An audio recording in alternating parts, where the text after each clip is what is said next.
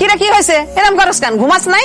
কিছু না আম্মা, ওই যে ঘুম আসতেছে না। কেন ঘুম আসতেছে না কেন? কি সমস্যা তোর? সমস্যা কি তুমি বুঝো না? সমস্যা কি আমার খুলে বলতে হবে কেন ঘুম আসে না? আল্লাহ রে আল্লাহ, ভাত খাইলি পানি খাইলি এখন সুন্দর মতো ঘুমায় পড়বি, তোর ঘুম আসতেছে না কেন? আমার বল নাই আমার ঘুম আসতেছে না, এবার বুঝছো? আমার বলে পাঠাও আমার কাছে।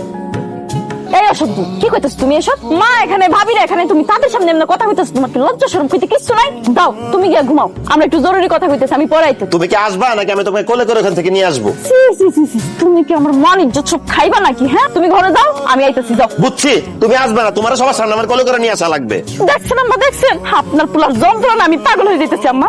আপনি তো মনে করেন আমি আপনার পুলারে সব শিখাই দেই, আপনার পুলা শুধু আমার কথা শুনে। আপনার পুলারে পিতলা পিরিতের কারণে আমি কিন্তু অতিষ্ঠ হয়ে যেতেছি। আমার দুই চোখ যেদিকে যাবো আমি এদিকে চলে যাবো। দুইদিকে দুই চোখ যায়, চলে যাইবা, চলে যাইতে দিলেই তো। এখন কি আইবা? নাহলে আমি কিন্তু সত্যি সত্যি এসে তোমার কোলে করে নিয়ে যাবো। লজ্জা শরম করতে কিচ্ছু নাই। এখন আপনি কোন, আমি কি করবো? ডাক্তারছে যাও, নাইলে এতগুলো মানুষের মধ্যে তো আমার মান সম্মান কোনো কিছু রাখবো না। এক কাপ চা দে। দিমনে ভাই, আগে কম তো, আপনি কি আমার বাসার সামনে দিয়েছেন? তোর বাড়ির সামনে দিয়ে এই দোকানে আইলাম। খুব ভালো করছেন ভাই, আমার বাড়ির সামনে দিয়েছেন। কি করে আমার হেনা, কি করে আমার বউটা? তোর বউরে দেখছি রান্না ঘরে বইসা তরকারি কাটতাছে, রান্না বাড়ি করতেছে। আমার বউটাকে রান্না করতেছে, তরকারি কাটাকুটি করতেছে। 1.5 ঘন্টা যাবত বউটারে দেখি না, যাই বউয়ের চেহারাটা দেখে আসি। হ্যাঁ না, আমি আইতাছি। হ্যাঁ বেটা, কই যা? চা দে। চা আজকে বেসুম না, আজকে জান গা, সন্ধ্যার সময় আইসেন, সবাই চা খাও মনে, বউয়ের কাছে যাবো। ও বউ, তুমি কই? হ্যাঁ না, কি করো? তুমি কি কানা দেখো না রান্না বান্না করতেছি? আর তুমি না একটু আগে দোকানে গেছিলা, আবার বাড়িতে আইছো কেন? আর ধুর, 1.5 ঘন্টা আগে দোকানে গেছি, এতক্ষণ কি তোমার না দেখে থাকতে পারি? এই জন্য দোকানপাট বন্ধ করে তোমার দেখতে বাড়িতে চলে এসেছি।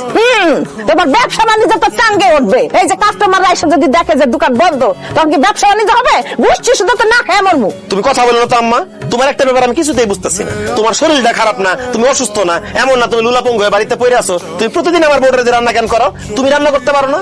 এটা তুই কি কইতাছিস? তুই আমার আপন ফুলা না শাক ফুলা? বোর জন্য তোর এত পিরিত, আমার জন্য কোনো পিরিত নাই? আরে তোর বিয়ে করাইছে কিসের জন্য? বোর হাতে রান্না খাওয়ার জন্য তো না? তোর বউ থাকতে আমি কেন রান্না করতে যাবো? তুমি রান্না করবা, কারণ আমার বউ আগুনের পাশে থাকতে পারবেন না। এই চুপ করো, আমি আগুনের পাশে থাকলে সমস্যা কি? হ্যাঁ না, সি সি সি সি সি সি। মাগার থোড়া থোড়া। সারা তুমি গায়ে হাত দিতেছো কেন? আম্মাই দেখলে এখন কি মনে করবো? যাও তো ঘরে যাও, আমার রান্না করতে দাও।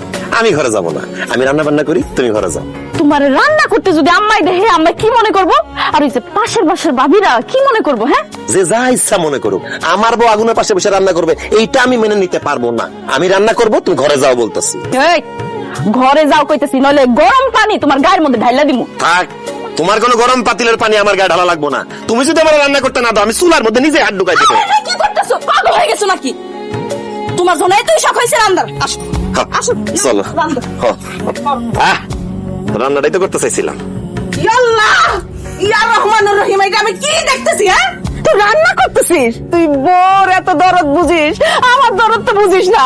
আজ 3 দিন 4 দিন ধরে আমি বলতেছি যে আমার শরীরটা ভালো না, আমার একটু ডাক্তারের কাছে নিয়ে যা, ওষুধ পানি দে। সেই সময় নাই। ওরে আল্লাহ রে আল্লাহ, এই সব দৃশ্য দেখার আগে আল্লাহ তুমি আমার মাথা ঠাটা ফেলাই ডালা কেন? আল্লাহ, আমি আর বাঁচতে চাই না, আমি মরতে চাই। আল্লাহ, হ্যাঁ, কথা তো কানে নিও না, কিছুই পড়বো না, এমনি কয়। দূরে বসে, দূরে বসে, গরম গরম মা পাইবো। আসসালামু আলাইকুম আব্বা, কেমন আছেন?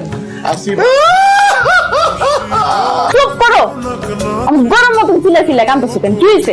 একটু আগে মোবাইল একটা ভিডিও দেখলাম, সাজানো গুছানো বাড়ি, হেনার বাপ বসে আছে। হেনার প্রেমিক এসে হেনার বাপের সামনে জিজ্ঞেস করছে, চাচা হেনা কোথায়?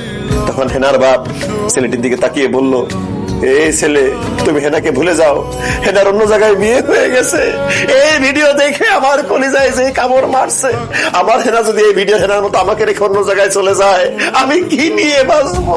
তোমার কে বলছে এসব ফালতু ভিডিও দেখতে? হ্যাঁ, এসব ভিডিওর সাথে কি বাস্তব জীবনে কোনো মিল আছে? এসব কান্নাকাটি বন্ধ করো, তোমার জন্য একটা সারপ্রাইজ আছে। সারপ্রাইজ? কিসের সারপ্রাইজ? ও আল্লাহ, নিশ্চয়ই আমার বাচ্চা হইব, তাই না? হেনা বলার নামাই। সি সি সি সি, দেখছেন আম্মা, আপনার পোলার মুখে কিচ্ছু আটকে না। আব্বা, তুমি দাও তো সারপ্রাইজটা। শুনো জামাই, সারপ্রাইজটা হইতেছে বিদেশের একটা ভিসা রেডি হয়ে গেছে। ভিসা রেডি হয়ে গেছে মানে? কি কোন আব্বা, এই বয়সে আপনি বিদেশ যাবেন? আমারও রেখে আপনি থাকতে পারবেন? আমি বিদেশে এই বয়সে যাবো কোন দুঃখে? বিদেশ চলে যাবে তুমি? ফালতু কথা বলেন না আব্বা। আমি হেনারা রেখা বিদেশ যাবে কথাটা আপনি ভাবলেন কেমনে? অবশ্যই তার বিদেশ যাওয়া লাগবে। তুই এই দেশে থেকে কোনো কিছু করতে পারবি না। আরে তুই দোকানের মধ্যে দোকানদারি করিস, 1 ঘন্টা পর পর তুই বাড়িতে আসিস।